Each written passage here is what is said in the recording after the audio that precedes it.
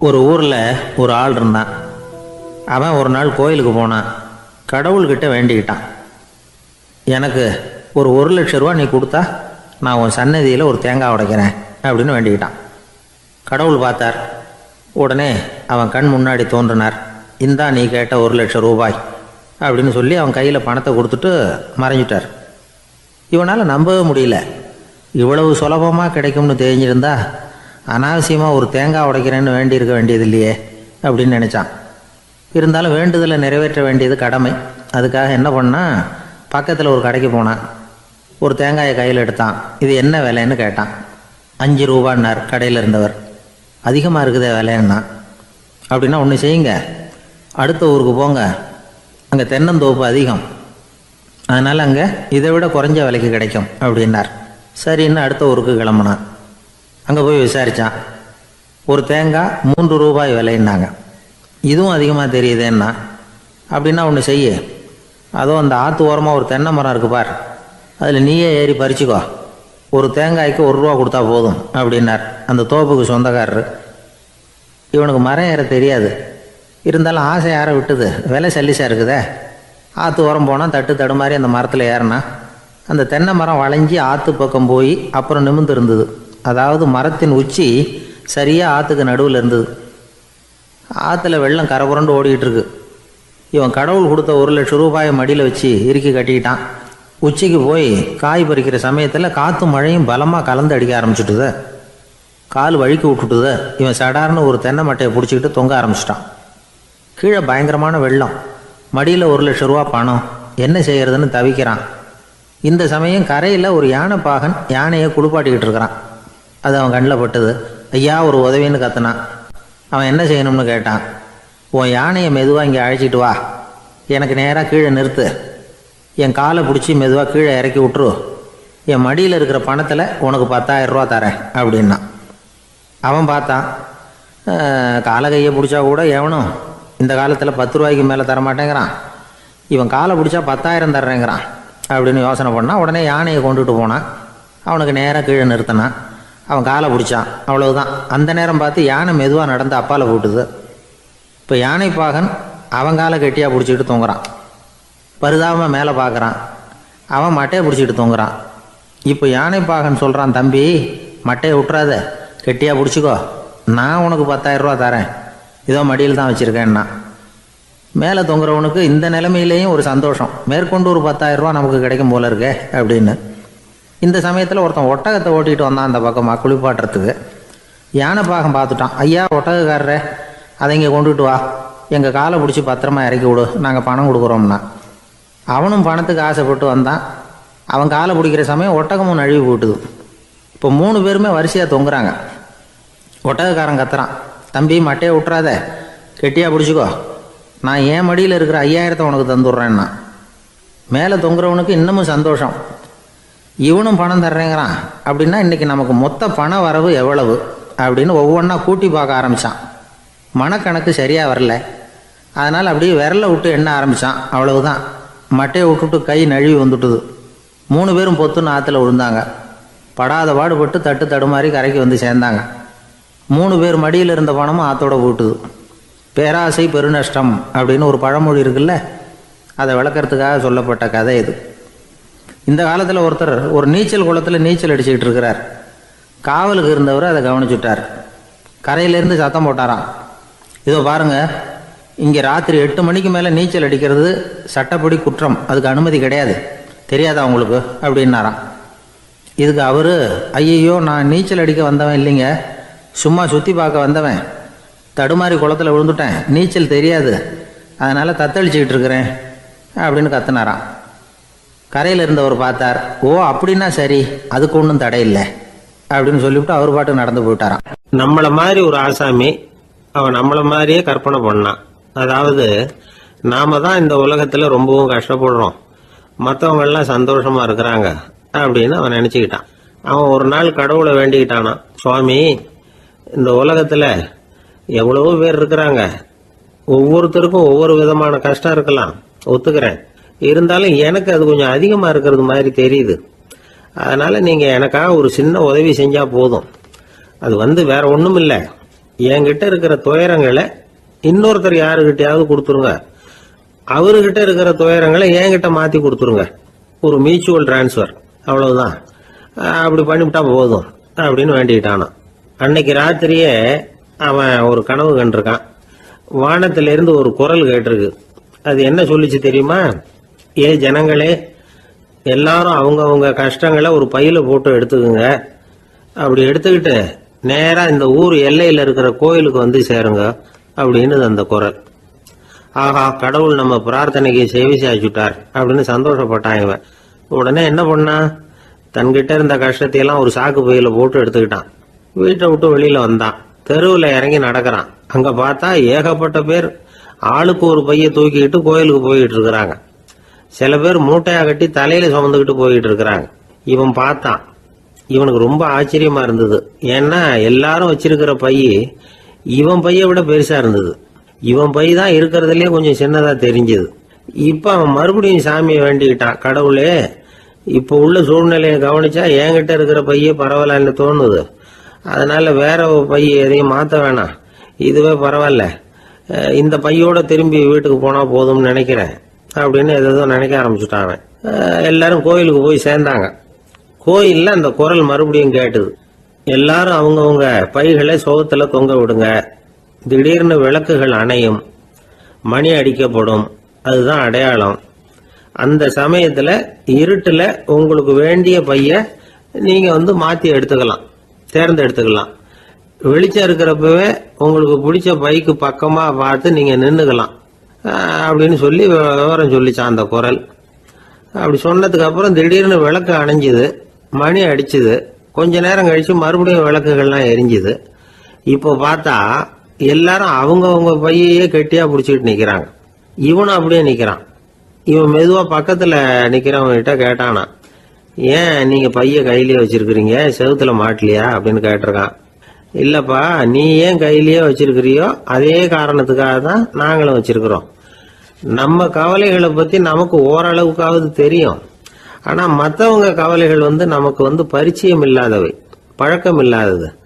அதனால வந்து நமக்கு தெரிஞ்ச கவலைகளை சமாளிக்கிறது சுலபம். தெரியாததை சமாளிக்கணும்னா மறுபடியும் ஆரம்பத்துல இருந்து ஆரம்பிக்கணும். அதனால பழைய நண்பர்களோடு வாழறது தான் மேல் அப்படின்னு ஆனான். அதுக்கப்புறம் அவன் தன்னோட பைய போதும்னு வீட்டுக்கு திரும்பி வந்துட்டானான். இது ஒரு பெரியவர் சொல்லி இருக்கிற கதை. அதனால நம்ம கிட்ட இருக்கிற கஷ்டங்கள் தான் பெருசு, அதை இன்னொருத்தங்கிட்ட கொடுத்துட்டு மாத்திக்கலாம் அப்படின்னு நினைக்கிறது தப்பு. இதே மாதிரி இன்னொரு சம்பவம். ஒரு ஊர்ல ஒரு நாள் ராத்திரி ஆகாயத்தில இருந்து கடவுள் குரல் கேக்குது. இந்த ஊர்ல இருக்கிற ஜனங்கள்லாம் கொஞ்சம் கவனிங்க, உங்களுக்கு ஒரு செய்தி. அதாவது இங்க இருக்கிற ஜனங்கள்லயே கொஞ்சம் கூட கவலையே இல்லாத ஆள் யாருன்னு எனக்கு தெரியணும். அதனால எல்லாரும் அவங்க கவலைகளை ஒரு பையில போட்டு எடுத்துக்கிட்டு கோயிலுக்கு வாங்க அப்படின்னாரு கடவுள். உடனே வரிசையா எல்லாரும் வர ஆரம்பிச்சாங்க. எல்லார் கையிலயும் பை இருந்தது, சின்னதும் பெருசுமா. கவலையே இல்லாத ஆள் யாருன்னு தேடினார் கடவுள்.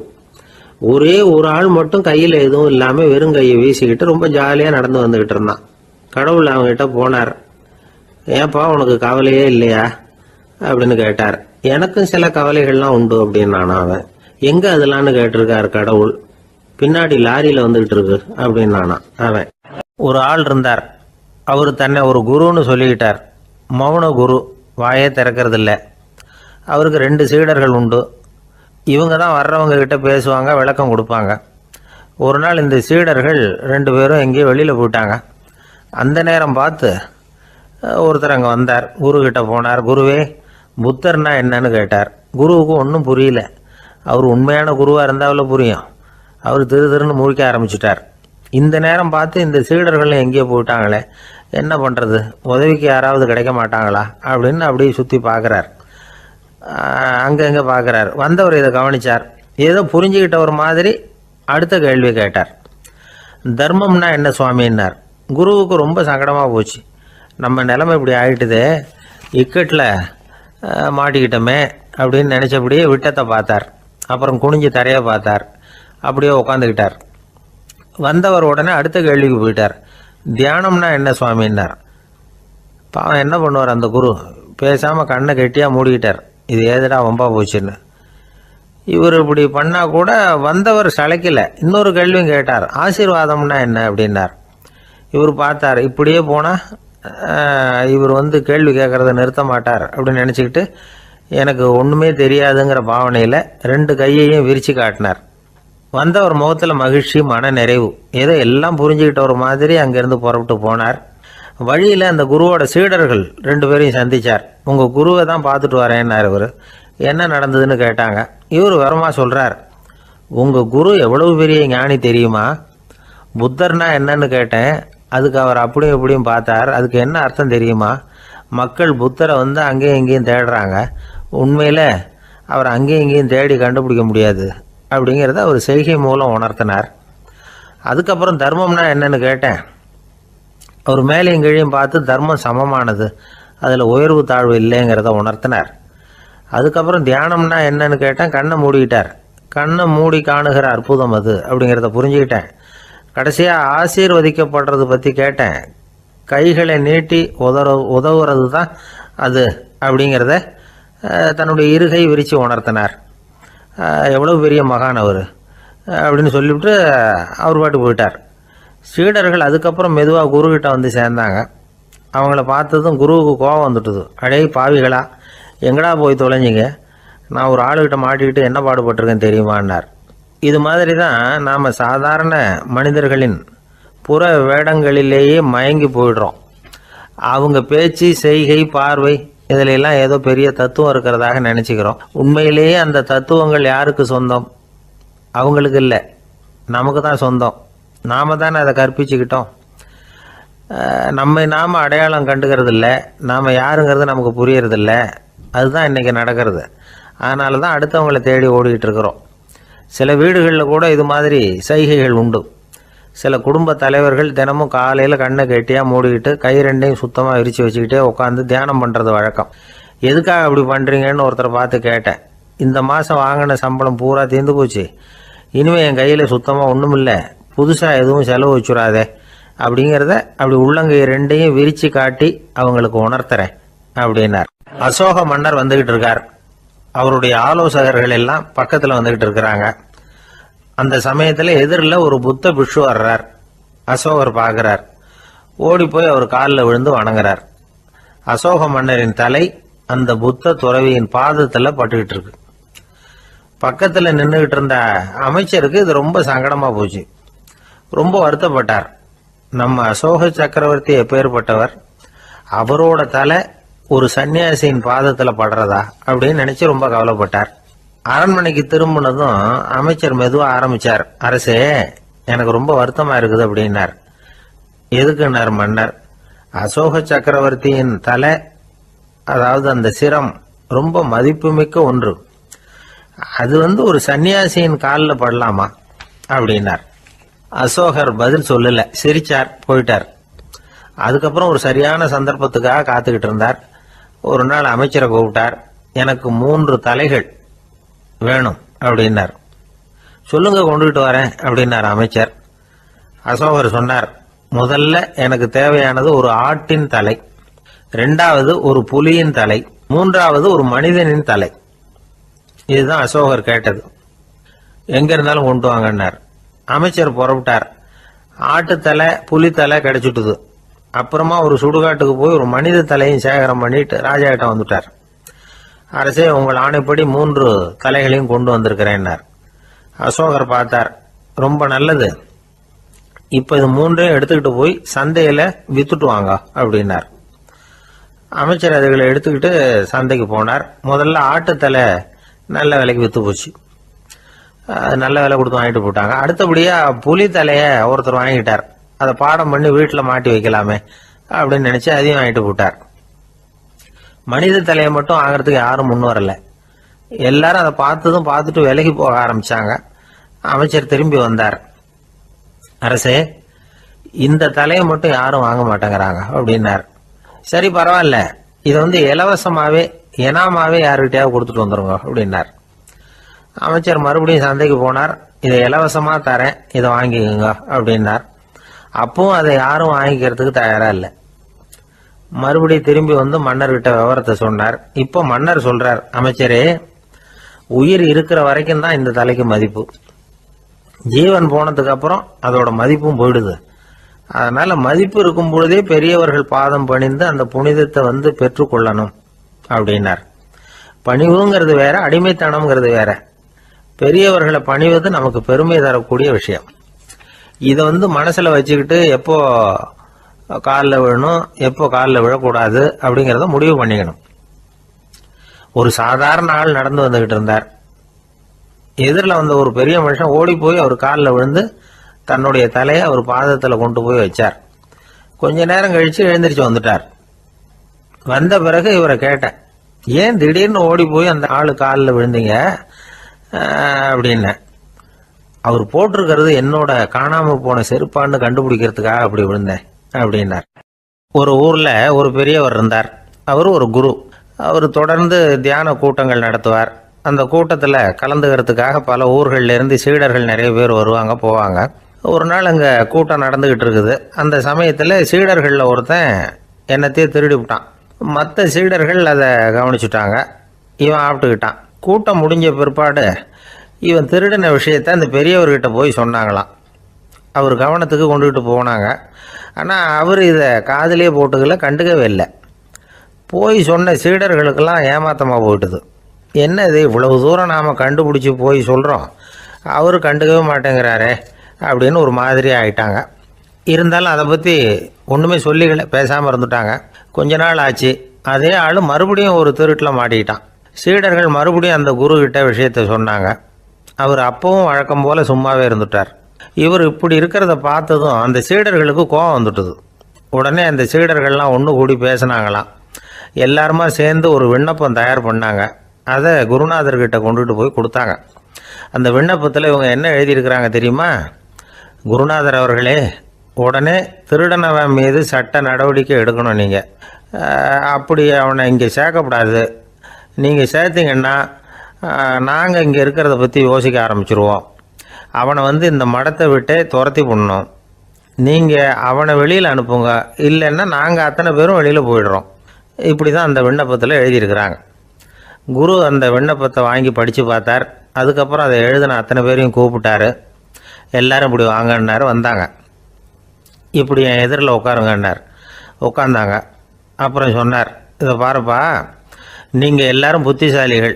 உங்களுக்கு எது நல்லது எது கெட்டதுங்கிறது நல்லா தெரியும். நீங்கள் மேற்கொண்டு ஏதாவது படிக்கணும்னு நினச்சா வேறு எங்கே வேணும்னாலும் போகலாம். அதுக்கு நான் தடை சொல்ல மாட்டேன். ஆனால் உங்களால் குற்றம் சாட்டப்பட்ட அவன் இருக்கானே, அவன் எப்படின்னா அவனுக்கு எது நல்லது எது கெட்டதுங்கிறதெல்லாம் தெரியாது. அதனால தான் திருடுறான். நீங்கள் சொல்கிறது மாதிரி அவனை அடித்து துரத்தி போடுறோம்னு வச்சுக்கோங்க, அவனுக்கு எப்படி நல்லது கெட்டது தெரியும்? அவனுக்கு அதை யார் சொல்லி கொடுக்கறது? அதனால் இங்கேயே இருக்கட்டும், அதுதான் சரி. இதுக்காக நீங்கள் எல்லாரும் என்னை விட்டுட்டு போனாலும் சரி, அவனை நான் விரட்ட மாட்டேன் அப்படின்னு விட்டாரான். இவ்வளவையும் திருடனை அந்த சீடன் கேட்டுக்கிட்டே இருந்திருக்கான். அவன் கண்களில் கண்ணீர். அப்படியே எழுந்திரிச்சு வந்தான். குரு காலில் விழுந்தான். அவன் கண்ணீரில் அவனது தீமை கழுவப்பட்டது அப்படிம்பாங்க. அதாவது சீடர்களுக்கு அந்த குருவோட பெருமை அப்போ தான் புரிஞ்சுதான். ஒரு நல்ல ஆசிரியர் இருக்காருன்னு வச்சுங்க, நல்லா படிக்கிற பையனுக்கு தான் பாடம் சொல்லி கொடுப்பேன்னா அது என்ன பெரிய விஷயமா? மோசமாக படிக்கிறவனையும் மாற்றி காட்டுறேங்கிறது தான் பெருமை.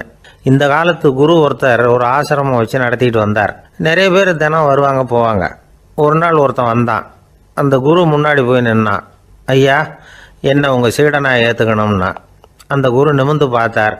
உன்னுடைய நோக்கம் என்னன்னு கேட்டார்.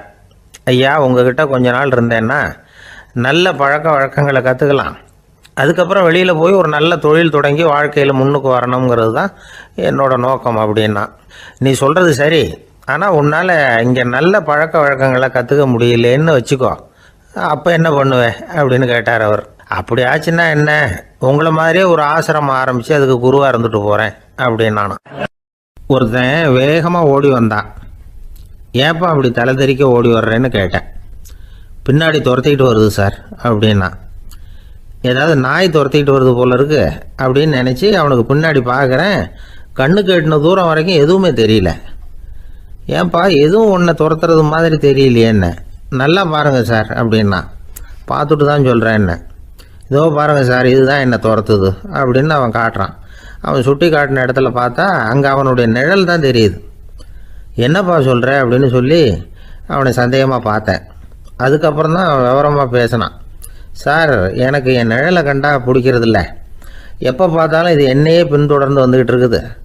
இதை என்னால் சகிக்கவே முடியல. இதை என்கிட்டேருந்து பிரிக்கிறதுக்கு எவ்வளவோ முயற்சிகள்லாம் பண்ணி பார்த்துட்டேன், முடியலன்னா. அப்படி என்னென்ன முயற்சிகள் பண்ணினேன் அப்படின்னு கேட்டேன். அவன் என்னென்ன செஞ்சாங்கிறத விவரமாக சொன்னான். அவன் என்ன பண்ணியிருக்கிறான், ஒரு பெரிய குழியை தோண்டி அதில் தன்னுடைய நிழலை புதைச்சிருவோம் அப்படின்னு முடிவு பண்ணிட்டு மண்வெட்டி எடுத்துக்கிட்டு தோட்டத்து பக்கம் போயிருக்கான். ஆழமாக ஒரு குழியை தோண்டியிருக்கான். குனிஞ்சு பார்க்குறான். அந்த குழிக்குள்ளே தன்னுடைய நிழல் தெரியுது.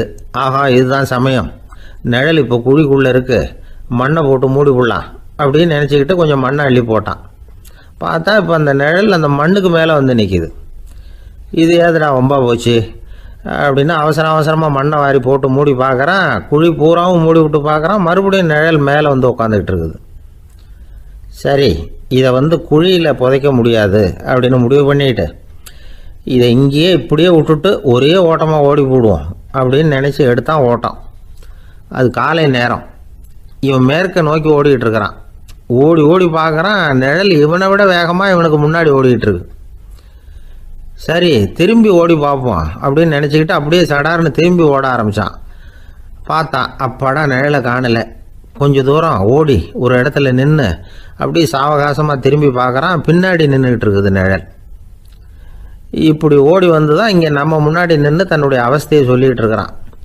இந்த நிழலை துரத்துறது அல்லது வெட்டி விடுறது, இதுக்கு ஏதாவது வழி இருக்கா சொல்லுங்கள் சார் அப்படிங்கிறான். நமக்கு ஒன்றும் புரியல. அந்த நேரம் பார்த்து ஒரு பெரியவர் வந்தார். அவர்கிட்ட யோசனை கேட்டோம், என்ன செய்யலாம்னு. அவர் சொன்னார், இந்த பாருப்பா, நீ அங்கேயும் எங்கேயும் ஓடாத, அப்படியே கீழே படுத்துக்கொண்டார். அது நல்ல உச்சி வேலை. அவன் அப்படியே கீழே படுத்துக்கிட்டான். இப்போ அப்படி இப்படின்னு திரும்பி பார்க்குறான், நிழலை காணலை. அவன் இப்போ தான் நிம்மதியாக இருந்தான். இப்போ அந்த பெரியவர் சொன்னார், எல்லா மனிதர்களுமே இப்படி தான் ஓடிக்கிட்டு இருக்கிறாங்க. நான் எனது அப்படிங்கிற ஆணவம் தான் அவங்கள துரத்திக்கிட்டு இருக்கு. அதை விட்டுட்டு ஓடணும்னு நினச்சாலும் அது முன்னாடி வந்து நிற்கிது. பரம்பொருளை நோக்கி ஓடுறப்போ இந்த ஆணவம் பின்னாடி வந்து விடுது. பரிபூர்ண சரணாகதிங்கிற நிலையில் அது முழுசுமாக மறைஞ்சு விடுது. தன்னை உணர்கிற வேலை அது. அந்த நேரம் மனிதனுக்கு விடுதலை உணர்வு ஏற்படுகிற நேரம் அது. அப்படிப்பட்ட சுதந்திர மனிதர்களாக எல்லாரும் மாறி போயிட்டாங்கன்னா இந்த உலகமே இன்பமயம் அப்படின்னு ஒரு விளக்கம் கொடுத்தார் பெரியவர். நம்மால் ஒருத்தன் வேகமாக ஓடி வந்துக்கிட்டு இருந்தான். ஏன்டா அப்படி ஓடி வர்ற அப்படின்னு கேட்டார் எதிரில் வந்தவர். ஆசை துரத்துது, அதுதான் ஓடி வர்றேன்னா. உனக்கு என்ன ஆசைன்னு கேட்டார். எனக்கு ஒன்றும் ஆசை இல்லைங்க, என்னை எப்படியாவது பிடிச்சுடணும்னு போலீஸ்காரங்களுக்கு ஆசை. அந்த ஆசை இப்போ என்னை துரத்தி பின்னாடி வந்துக்கிட்டு இருக்குது. அதுதான் தப்பிச்சு வந்துக்கிட்டு இருக்கிறேன். குறுக்க நிற்காதீங்க சார், வழியை விடுங்க அப்படின்னு சொல்லிவிட்டு வேகமாக ஓடி மறைஞ்சான். எனக்கு வாழ்க்கையில் ஒரே ஒரு ஆசை தான் சார் அப்படின்னார் ஒருத்தர். அது என்னன்னு கேட்டேன். ஆசைகளை ஒழிச்சுடணுங்கிறது தான் என்னோட ஆசை அப்படின்னார். இப்படி ஆசைகளை ஒழிக்க வேண்டும் அப்படிங்கிறதையே ஒரு ஆசையாக கொள்வது அபத்தம் அப்படிங்கிறார் ஒரு பெரியவர். இது மாதிரி ஆசைகளை ஒழிக்க ஆசைப்பட்டால் அந்த நோக்கம் நிறைவேறாதான். அந்த முயற்சியால் புதுசாக சில துன்பங்கள் தான் சேருமா. அதில் புதுசாக ஒரு ஆசை தலை தூக்கும் அப்படிங்கிறார் அவர். ஆசைகளை தானாக விழ வச்சுடலாம். அதுக்கு வழி என்ன தெரியுமா? எந்த ஒரு ஆசையையுமே பூரணமாக நிறைவேற்றி கொள்ள முடியாதுங்கிறத உணரணும். அதை உணர்ந்தால் ஆசைகள் தானாக விழுந்துடும். அதை விட்டுட்டு ஆசைகளை விட்டுடணுங்கிறதையே ஒரு ஆசையாக வச்சுக்கிட்டு அதுக்காக கடுமையாக முயற்சிகளையும் செஞ்சுக்கிட்டு நான் ஆசைகளை விட்டுட்டு ஞானோதயம் அடையிறதுக்கு கடுமையாக முயற்சி பண்ணிகிட்டு இருக்கிறேன் சார் அப்படின்னு சொல்லிக்கிட்டு இருந்தால் எந்த காலத்துலேயும் ஞானோதயம் வரப்போகிறதில்ல. அதுக்கு பதிலாக துன்பந்தான் சேரும் அப்படிங்கிறது அவரோட கருத்து. எந்த ஒரு ஆசையையும் பூரணமாக நிறைவேற்றி கொள்ள முடியாது அப்படிங்கிறத உணரணும். ஒரு ராஜா, அவர் மனசில் அமைதி இல்லை, எப்பவும் கஷ்டப்பட்டுக்கிட்டே இருந்தார். இந்த துன்பத்தை போக்குறதுக்கு பல வழிகளில் என்னென்னமோ முயற்சியெல்லாம் பண்ணி பார்த்தார். ஒன்றும் சரியாக வரல. கடைசியாக ஒரு காரியம் பண்ணார். அதாவது ஒரு வேதாந்தியை தேடிட்டு போனார். அவரை பார்த்து கேட்டார், ஐயா, என்னுடைய துன்பங்கள்லேருந்து நான் விடுபடணும், அதுக்கு சுலபமாக ஏதாவது ஒரு வழி இருந்தால் சொல்லுங்களேன் அப்படின்னு கேட்டுக்கிட்டார். அதுக்கு அந்த வேதாந்தி சொன்னார், அதுக்கு ஒரு வழி சொல்கிறேன், அது மாதிரி செய். அதாவது உன்னுடைய ராஜ்யத்துக்குள்ள போதுங்கிற மனசோட வாழ்கிற ஒருத்தனை கண்டுபிடிக்கணும். அப்படி கண்டுபிடிச்சி அவனுடைய சட்டையை வாங்கி நீ போட்டுக்கணும். அப்படி போட்டுக்கிட்டா உன்னுடைய துன்பம் தீர்ந்துடும் அப்படின்னார். உடனே ராஜாவுக்கு ரொம்ப மகிழ்ச்சி. அரண்மனையில் இருந்த அத்தனை பேரையும் ஆளுக்கு ஒரு பக்கமாக அனுப்புனார், தேட சொன்னார். போதுங்கிற மனசுடைய ஒருத்தனை கண்டுபிடிச்சி கொண்டுகிட்டு வாங்க அப்படின்னார். எங்கெங்கேயோ தேடி கடைசியாக ஒரு ஆளை கண்டுபிடிச்சாங்க. அவன் போதுங்கிற மனசோடு இருக்கிறவன் தான். ஆனால் அவன்கிட்ட சட்டை எதுவும் இல்லை. இடையில கட்டியிருக்கிற துண்டே போதுங்கிற மனசோடு அவன் வாழ்ந்துக்கிட்டு இருக்கிறான். சட்டை இருந்தாவில் ராஜா வாங்கி மாட்டிக்க முடியும். அந்த வேதாந்தி ஏன் அப்படி சொன்னாருங்கிறதுக்கான அர்த்தம் இப்போ தான் ராஜாவுக்கு புரிஞ்சுதான். இது வரைக்கும் சொன்னதெல்லாம் ஞான மார்க்கத்தை தேடிட்டுறவனுக்கான உள்ள தகவல். இப்போ இன்னைக்கு இளைஞர்கள் இதை கேட்டுவிட்டு நமக்கு ஆசையே வேணாம் அப்படின்னு முடிவு பண்ணிவிட்டா வாழ்க்கையில் முன்னேறவே முடியாது. நம்முடைய முயற்சிக்கு ஆசை தான் தூண்டுகோல். அதனால் இந்த ஆசையையும் அந்த ஆசையையும் போட்டு குழப்பிக்கக்கூடாது. ஆனால் ஒன்று, பேராசை நமக்கு தேவையில்லை. நாம் படுற ஆசையிலேயும் ஒரு நியாயம் இருக்கணும். ஏன்னா நம்மளில் சில பேர் நீங்கள் தான் சார் சொன்னீங்க, அதனால தான் ஆசைப்பட்டேன், அரை தான் கிடச்சிது மிச்சம் அப்படிம்பாங்க கன்னத்தை தடவிக்கிட்டே. அதனால் இப்போல்லாம் எந்த தகவலை சொன்னாலும் ரொம்ப எச்சரிக்கையாக இருக்க வேண்டியிருக்குது. ஒரு ஆள் ஒரு கடை வச்சு வியாபாரம் பண்ணிகிட்டு இருந்தான். அவனுக்கு ரொம்ப பேராசை, நிறைய பணம் சேர்க்கணும்னு. திடீர்னு ஒரு நாள் அவனுக்கு உடம்பு ரொம்ப சுகம் இல்லாமல் போயிட்டுது. இனிமேல் பிழைக்கிறது கஷ்டங்கிற நிலைமை. மரணப்படுகையில் இருக்கிறான். சொந்தக்காரங்கள்லாம் சுற்றி உட்காந்துருக்குறாங்க. இவன் மெதுவாக கண்ணை திறந்து பார்க்குறான். என் வீட்டுக்காரி எங்கேன்னா, இதோ இருக்கேன் அப்படின்னாங்க அந்த அம்மா. பசங்கள்லாம் எங்கேங்கிறான். இதோ பக்கத்தில் தான் நின்றுக்கிட்டு இருக்கிறோங்கிறாங்க. பொண்ணுங்க எங்கேங்கிறான். எல்லாம் இங்கே தான் இருக்கிறோம் அப்படிங்கிறாங்க. எல்லாம் இங்கே தான் பக்கத்தில் தான் இருக்கோம், நீங்கள் கவலைப்படாதீங்கன்னு சொல்கிறாங்க எல்லாம். அவன் மெதுவாக கஷ்டப்பட்டு வாயை திறந்து, அட பாவிங்களா, எல்லாரும் இங்கே இருந்தால் அங்கே கடையை யார் கவனிக்கிறது அப்படின்னானா.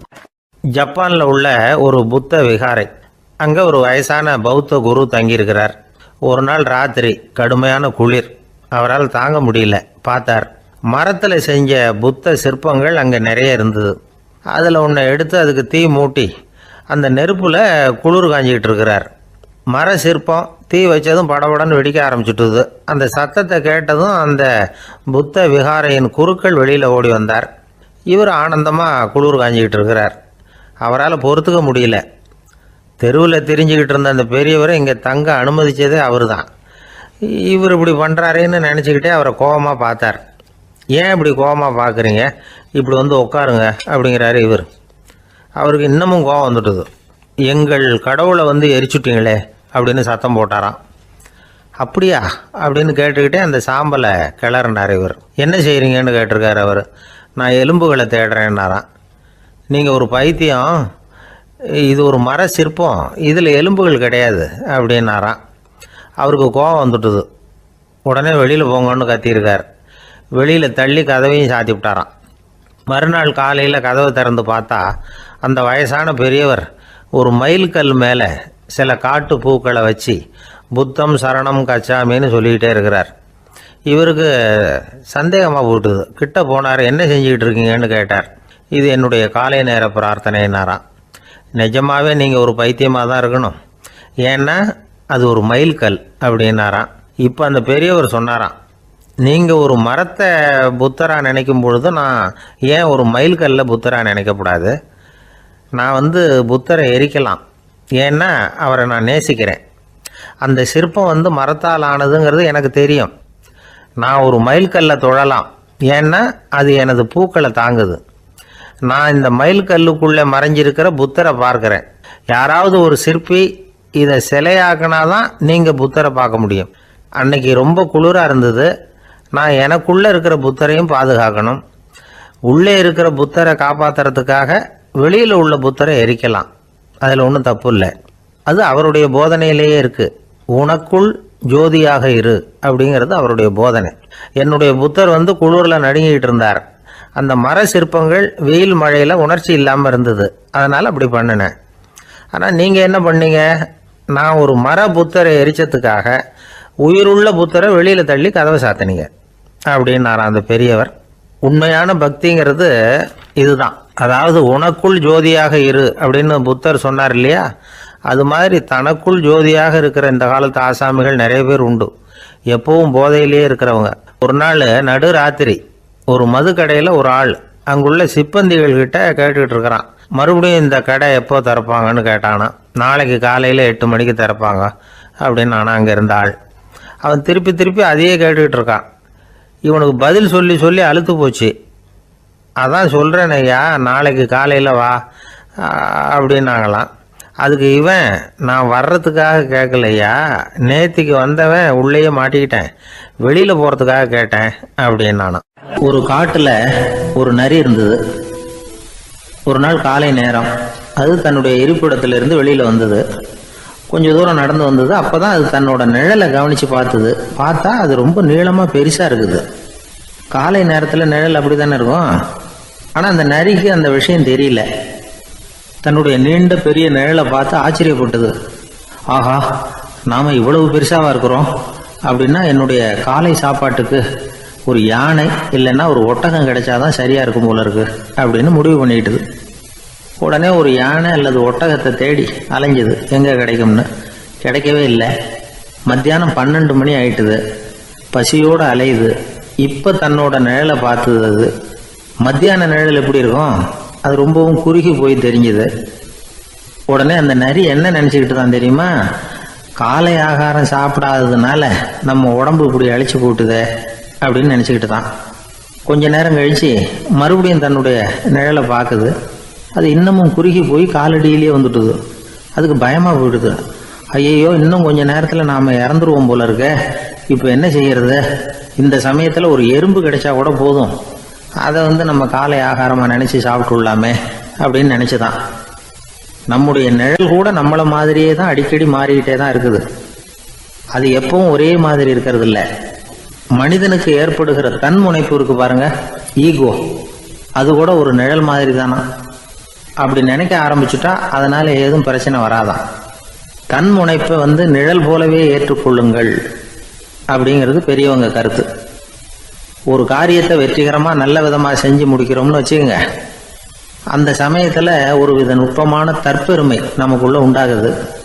இது இயற்கையானது, அதனால இது மேலே பற்று வைக்கக்கூடாது. அப்படி வைக்க ஆரம்பிச்சுட்டா அந்த தற்பெருமை ஒரு நிரந்தர விருந்தாளியாக நம்மகிட்ட தங்கிக்கும்.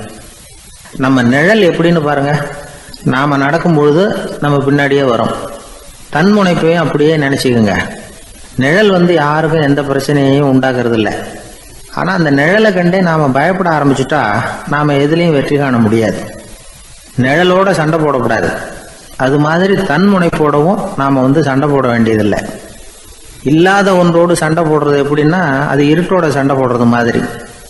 நாம் நிழல் கிடையாது, நம்மகிட்ட இருக்கிற தன்முனைப்பு ஒரு நிழல். நம்ம நிழலையும் நமக்கு சமமாக பார்க்குறோம் பாருங்க, அங்கே தான் சிக்கலே ஆரம்பம். இப்போ நாம் நடந்து போய்கிட்டு இருக்கிறோம். நம்ம நிழல் தரையில் விழுது. யாரோ ஒருத்தர் நம்ம நிழல் மேலே காலை வச்சு நடந்து போகிறார். உடனே அவர்கிட்ட சண்டைக்கா போகிறோம், ஏண்டா என் நிழலை மிதிச்ச அப்படின்னு. நமக்கு தெரியும் அது நிழல் தாங்கிறது. அவர் உங்கள் மேலே நடக்கலை, உங்களுடைய நிழல் மேலே தான் நடக்கிறார். அது மாதிரி உங்கள் தன்முனைப்பின் மேலே யாராவது நடந்தால் உங்களை அவமானப்படுத்துறதா நினைக்கிறீங்க. காரணம், நாமளும் நம்ம தன்முனைப்பும் ஒன்றுங்கிற நினைப்பு தான் காரணம், மற்றபடி வேற ஒன்றும் கிடையாது. நம்ம நிழல் மேலே நடக்கிறவர் நம்மளை காயப்படுத்துறதில்லை. தன்முனைப்பை வேண்டாத ஒன்றாவும் பார்க்க வேண்டியதில்லை. அது இயற்கை. நிழலை உங்கள் முன்னாடி வைக்க வேணாம், அது உங்கள் பின்னாடியே இருக்கட்டும். நிழலின் நிழலாகி விடாதீர்கள், நீங்கள் நீங்களாகவே இருங்கள். இதுதான் சான்றோர் சிந்தனை. ஒரு பேருந்துல ஒரே நெரிசல். ஒருத்தர் பக்கத்தில் நின்றுகிட்டு இருந்தவர்கிட்ட ரொம்ப பணிவாக விசாரிச்சார், ஏன் சார் நீங்கள் ஏதாவது பெரிய உத்தியோகத்தில் இருக்கிறீங்களா அப்படின்னார். அப்படிலாம் ஒன்றும் இல்லைங்க என்னார் அவர். அப்படின்னா வேற ஏதாவது அரசியலில் பெரிய பதவியில் இருக்கிறீங்களா அப்படின்னு கேட்டார். அதுவும் இல்லைங்கன்னார். சரி, பணமாவது அதிகமாக வச்சுருக்கீங்களா அப்படின்னு கேட்டார். அப்படிலாம் ஒன்றும் கிடையாது சார்னார் அவர். அப்புறம் எதுக்குடா என் காலை மிதிச்சுக்கிட்டு இருக்கிற, எடுறா காலை அப்படின்னாராம் இவர். ஒரு ஏரி ஓரமாக 2 பசங்க நடந்து போய்கிட்டு இருக்கிறாங்க. அதில் ஒருத்தன் பணக்கார வீட்டு பையன், இன்னொருத்தன் ஏழை. இவங்க 2 பேரும் போய்கிட்டு இருக்கிறாங்க. வழியில் ஒரு இடத்துல ஒரு ஜோடி செருப்பு இவங்க கண்ணில் படுது. ஒரு விவசாயி அந்த செருப்பை அங்கே விட்டுட்டு பக்கத்தில் இருந்த ஏரியில் கை காலை கழுவிட்டு இருக்கிறார். உடனே அந்த பணக்கார பையனுக்கு ஒரு ஐடியா. அவன் சொன்னானா, டேய் இப்போ ஒரு வேடிக்கை செய்யலாம், அந்த செருப்பு 2ஐயும் தூக்கி எட்டத்தில் வீசி எரிஞ்சிருவோம். அந்த ஆள் பார்த்துட்டு செருப்பை தேடி அல்லாடுவான், அங்கேயும் இங்கேயும் ஓடுவான், திருன்னு முழிப்பான். அதை பார்த்து நாம் ரசிக்கலாம், நல்ல தமாஷா இருக்கும் அப்படின்னு இருக்கான். இப்படி சொல்லிவிட்டு அந்த செருப்புகளை தூக்கத்துக்கு போனானா. கொஞ்சம் பொறு அப்படின்னானா அந்த ஏழை பையன். ஏன்னு கேட்டிருக்கான் அவன். இப்போ அந்த ஏழை பையன் சொன்னானா, நீ சொல்கிறது ஒன்றும் வேடிக்கை கிடையாது. உன்னோட செருப்பு தொலைஞ்சா உன் அப்பா உடனே உனக்கு வேறு செருப்பு வாங்கி கொடுத்துருவார். ஆனால் அந்த ஆளுக்கு இந்த செருப்பு தொலைஞ்சதுன்னா வேறு புதுசாக வாங்கிறதுக்கு வாயையும் வயத்தையும் கட்டி பணத்தை சேர்க்க வேண்டியிருக்கும். அதனால் நான் ஒரு வேடிக்கை சொல்கிறேன், அது மாதிரி செய், அது இன்னமும் தமாஷா இருக்கும் அப்படின்னு நானா. எப்படி அது சொல்லுன்றான் அவன். செருப்பு ரெண்டும் அது இருக்கிற இடத்துலையே இருக்கட்டும். உன் சட்டை பையிலிருந்து ஒரே ஒரு ரூபா நாணயத்தை எடு, அதை அந்த செருப்பு மேலே அதோட குதிகால் பகுதியில் வச்சுட்டு நாம் 2 பேரும் அந்த மரத்துக்கு பின்னாடி ஓடி போய் மறைஞ்சு நின்றுக்குவோம். அப்புறம் பாரு வேடிக்கையே அப்படின்னா. அதே மாதிரி 1 ரூபா காசு செருப்பு மேலே வச்சுட்டு இவங்க 2 பேரும் மறைஞ்சு நின்றுக்கிட்டாங்க. கொஞ்ச நேரத்தில் அந்த விவசாயி வந்தார். காலில் உள்ள மண்ணை தட்டிவிட்டு செருப்பை மாட்டுறதுக்காக போனார். அங்கிருந்த காசு கண்ணில் போட்டுவிட்டது. அவருக்கு ஆச்சரியமாக போச்சு. அதை கையில் எடுத்து பார்க்குறார். 4 பக்கமும் திரும்பி திரும்பி பார்க்குறார், யார் இதை வச்சிருப்பான்னு. கடைசியில் ஆகாயத்தை பார்க்குறார். ஆண்டவா, இது உன்னோட கருணை தான். நீ தான் யாரோ புண்ணியவான் மனசில் தர்மம் பண்ணுற எண்ணத்தை உண்டாக்கி இருக்கிற. அந்த புண்ணியவான் நல்லா இருக்கணும் அப்படின்னு வாழ்த்தி அந்த காசை கண்ணில் ஒத்திக்கிட்டாராம். மறைஞ்சிருந்து பார்த்துக்கிட்டு இருந்த ஏழை பையன் இப்படி சொன்னான், பாத்தியா, உன்னை புண்ணியவான்னு வாழ்த்தி விட்டு போகிறார் அந்த ஆள். அவருக்கும் சந்தோஷம், அதை பார்த்து நமக்கும் சந்தோஷம். உனக்கு 1 ரூபாங்கிறது ஒரு பெரிய விஷயம் இல்லை, ஆனால் அதனால் நமக்கு கிடைச்சிருக்கிற மகிழ்ச்சி ரொம்ப உயர்வானது அப்படின்னு நானா. வேடிக்கையும் கிண்டலும் இது மாதிரி அடுத்தவங்களுக்கு இடைஞ்சலாக இல்லாமல் இருக்கணும் அப்படிங்கிறார் கலைவாணர். ஆனால் பாருங்க, அவருக்கே இடைஞ்சலாக வர்ற விஷயங்களை கூட அவர் வேடிக்கையாக தான் எடுத்துக்கிட்டாராம். ஒரு தடவை ஒருத்தர் கலைவாணர்கிட்ட வந்து, ஐயா, என் குழந்தை செத்து போச்சு அப்படின்னு சொல்லி அழுதாராம். உடனே இவர் அவருக்கு 100 ரூபா பணத்தை கொடுத்து, இந்தாங்க அடக்கம் செய்யுங்க அப்படின்னு சொல்லி அனுப்பி வச்சாராம். 1 வருஷம் கழிச்சு மறுபடியும் அதே ஆள் வந்திருக்கார். இவர் மறந்துருப்பாருங்கிற நினைப்புல, அண்ணே என் குழந்தை இறந்து போச்சுண்ணே அப்படின்னாராம். இவர் மறுபடியும் 100 ரூபா கொடுத்து ஆறுதல் சொல்லி அனுப்பி வச்சாராம். 7-8 மாதம் கழிச்சு மறுபடியும் அதே ஆள் வந்திருக்கார். அவர் வாயை திறக்கிறதுக்கு முன்னாடியே இவர் 100 ரூபாய் அவர் கையில் வச்சு, போன 2 தடவை தான் குழந்தை செத்து போச்சு, இந்த தடவையாவது அதை சாகாமல் காப்பாற்றி விடு அப்படின்னு சொல்லி அனுப்பி வச்சாராம். அதுக்கப்புறம் அந்த ஆள் வர்றதே இல்லையா. ராமகிருஷ்ணர் வாழ்ந்த காலத்தில் நடந்த ஒரு நிகழ்ச்சி இது. அப்போது ஒரு ஓவியர் இருந்தாராம். அவருக்கு ஒரு ஆசை, ராமகிருஷ்ணர் படத்தை வரையணும், அதை அவர்கிட்டயே கொண்டுட்டு போய் காட்டி அபிப்பிராயம் கேட்கணும். இதுதான் அந்த ஓவியரின் ஆசை. உடனே ராமகிருஷ்ணர் படத்தை வரைஞ்சி முடித்தார். அதை எடுத்துக்கிட்டு போனார். இவர் போன சமயம் அங்கே ராமகிருஷ்ணர் சீடர்களோடு உட்காந்துருக்கிறார். விவேகானந்தர் அங்கே இருக்கிறார். இந்த ஓவியர் கொண்டுகிட்டு போய் தான் வரைந்த ஓவியத்தை அவர்கிட்ட காட்டினார். ராமகிருஷ்ண பரமஹம்சரின் ஓவியத்தை ராமகிருஷ்ணர்கிட்டயே காட்டுறார். ராமகிருஷ்ணர் என்ன பண்ணார் தெரியுமா? அந்த படத்தை பார்த்தார். உடனே அது காலை தொட்டார். குருதேவருடைய இந்த செயல் சீடர்களுக்கு ரொம்ப வியப்பை உண்டு பண்ணிச்சு. சில பேர் மனசுக்குள்ளேயே ரொம்ப குழம்பி போக ஆரம்பிச்சிட்டாங்க, என்ன இப்படி பண்ணுறாருன்னு. என்ன இது அவரோட படம், அவரே அவரோட படத்தின் காலை தொடுறார் அப்படின்னு யோசித்தாங்க. சில பேர் ஒன்றும் புரியாமல் ஒருத்தர் பார்த்து சிரிச்சுக்கிட்டாங்க. அந்த இடத்துல சீடர்கள் மட்டும் இல்லை, சீடர் அல்லாத பல பேர் இருந்தாங்க. தன்னுடைய காலை தானே தொடர இவருடைய செயல் பற்றி என்ன நினைக்கிறது அப்படின்னு அவங்களும் குழம்பி போய் நிற்கிறாங்க. அந்த படத்தை வரைஞ்சி அவர்கிட்ட காட்டின அந்த ஓவியருக்கும் அதிர்ச்சி. இருந்தாலும் அவர் சீடர் கிடையாது. அதனால் கொஞ்சம் துணிச்சலை வரவழைச்சிக்கிட்டு கேட்டார், என்னங்க இது, என்னால் என்னுடைய கண்களையே நம்ப முடியல. இது உங்கள் சொந்த உருவப்படம், நீங்கள் உங்கள் சொந்த கால்களையே தொடுறீங்க, இது எங்களுக்கு கொஞ்சம் சங்கடமாக இருக்குதே அப்படின்னார். ராமகிருஷ்ணரின் கண்களில் ஆனந்த கண்ணீர் வழிஞ்சுதான். அவர் சொன்னாராம், இது என்னோட படம்ங்கிறது எனக்கு தெரியும், ஆனால் இது என்னோட படம்ங்கிறதுனால நான் இதோட காலை தொடலை. நீ என்னுடைய சமாதி நிலையை இந்த படத்தில் படம் பிடிச்சி காட்டியிருக்கிற, அதனால் அதோட காலை தொடறேன். சமாதி நிலையில் யார் இருந்தாலும், அது என்னுடைய படமாக இருந்தாலும் சரி அல்லது வேறு யாருடைய படமாக இருந்தாலும் சரி, படம் யாருதுங்கிறது முக்கியம் இல்லை. இதில் எது முக்கியம்னா அது தன்னை உணர்ந்த ஒரு உணர்நிலையின் படம். அப்படி இருக்கிறப்போ அதோட காலை நான் தொடணும். அதுக்கு நீங்கள் எல்லாரும் ஏன் சங்கடப்படுறீங்கன்னு எனக்கு தெரியல அப்படின்னாராம். இப்போ தான் அங்கே இருந்த சீடர்களுக்கும் மற்றவங்களுக்கும் விவரம் புரிஞ்சுதான். இதுக்கு முன்னாடி யாரும் செய்யாததை இவர் செஞ்சிருக்கிறார், ஆனால் அவருடைய காரணம் ரொம்ப நியாயமானது அப்படிங்கிறத உணர்ந்தாங்களாம். இதுவரைக்கும் ஆன்மீகத்தில் சமாதி நிலை, அதாவது தன்னை உணர்ந்த நிலை பற்றி புரிஞ்சுக்கிட்டோம். இல்லறத்தில் ஏற்படக்கூடிய சமாதி நிலை பற்றி உங்களுக்கு தெரியுமா? ஒரு அம்மா டாக்டர்கிட்ட வந்து சொன்னாங்களாம், டாக்டர், என் வீட்டுக்காரருக்கு உடம்புல ஏதோ கோளாறுன்னு நினைக்கிறேன். நான் எவ்வளவு நேரம் பேசினாலும் காதில் விழாதது மாதிரி உட்காந்துருக்கிறார் அப்படின்னு ஆகலாம். அதுக்கு அந்த டாக்டர் சொன்னாராம், அம்மா, அது உடம்பு கோளாறு இல்லை, அது ஒரு பெரிய திறமை அப்படின்னாராம்.